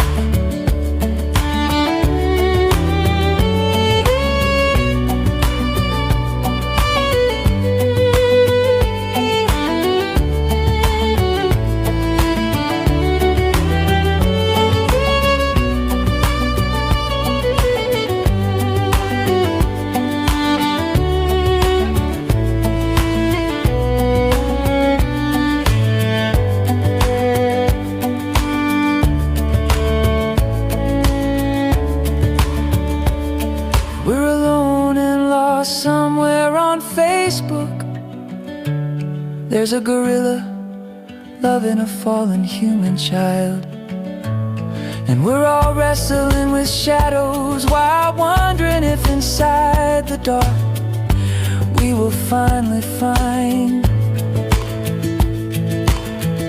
the flower that perpetually grows. Oh, Michael, in that garden our gods call. Oh, Michael, oh, Michael, oh, Michael, oh, Michael, oh, Michael, oh, Michael. Always believe in